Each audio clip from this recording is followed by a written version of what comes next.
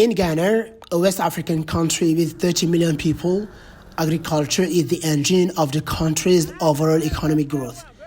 Indeed, the Ghanaian government has adopted a proactive agricultural policy to encourage the sector's development.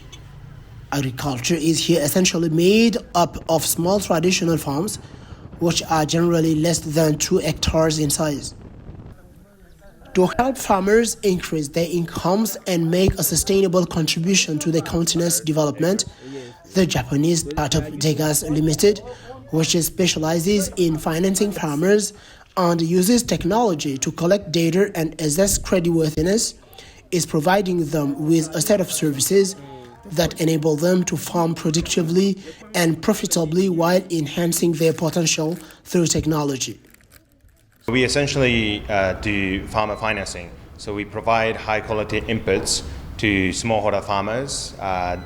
The number is about 300 to 500 million of them here in Sub-Saharan Africa. And we are really trying to solve the issue of low productivity of such farmers here by giving them high quality seeds. We also give them the right agronomy knowledge. We digitize the entire value chain to assess how serious these farmers are into farming. Farmers pay us back in kind, and we sell such maize bags to premium off-takers such as Nestle, and that's the core of our business. Established in 2018 in Tamale, Ghana's third largest city with a population of about 500,000 people and located 433 kilometers from the capital city Accra, TICAD proceeded to a census of local farmers for the implementation of the project. Once identified, the beneficiaries were trained in digital farming, which allowed the startup TICAD to collect from them a set of information stored in a database contained in what they called the farmer's identity card. The essence is to really understand what's happening on the field. So we have a myriad of field agents on the field working hard every day, collecting data and analyzing the data, which allows us to understand what kind of farmers that we work with. So instead of randomly selecting these farmers, we have a wide range of data, all the way from names, date of birth, the repayment rate from last year, attendance rate to our farming seminars, the quality of the bags they give to us. We assess all these data and then fully understand what kind of farmers will be able to pay us back and then what kind of farmers we should be giving more financing support or not. So I think that's the essence of using digital in the farming activity to assess and understand and visualize what's happening on the farm fields. The company also provides in-kind funding in the form of high-quality agricultural inputs such as hybrid seeds, fertilizers, and crop insurance to farmers. This is aimed at ensuring that farmers produce the best quality crop possible, which brings relief to the beneficiaries of this village who mainly produce maize. I was very happy that we received this project because when we go to our fields, we are not always happy to realize we don't have enough inputs. But after we applied the inputs they provide us with, you could see a clear difference when you go back to the field. And I was really happy with my crop after using the fertilizers. As you know, our land is losing its fertility, and with these fertilizers we see a clear improvement. So, we want this project to be extended to the next few years so that we can keep having good harvests. Also, the price of fertilizers is going up and we don't always have the money to buy it. If you apply it once, it can last for several years. But if you don't use these fertilizers, it lowers the quality of our crops. I was finding it difficult to acquire inputs such as fertilizer to apply my farm.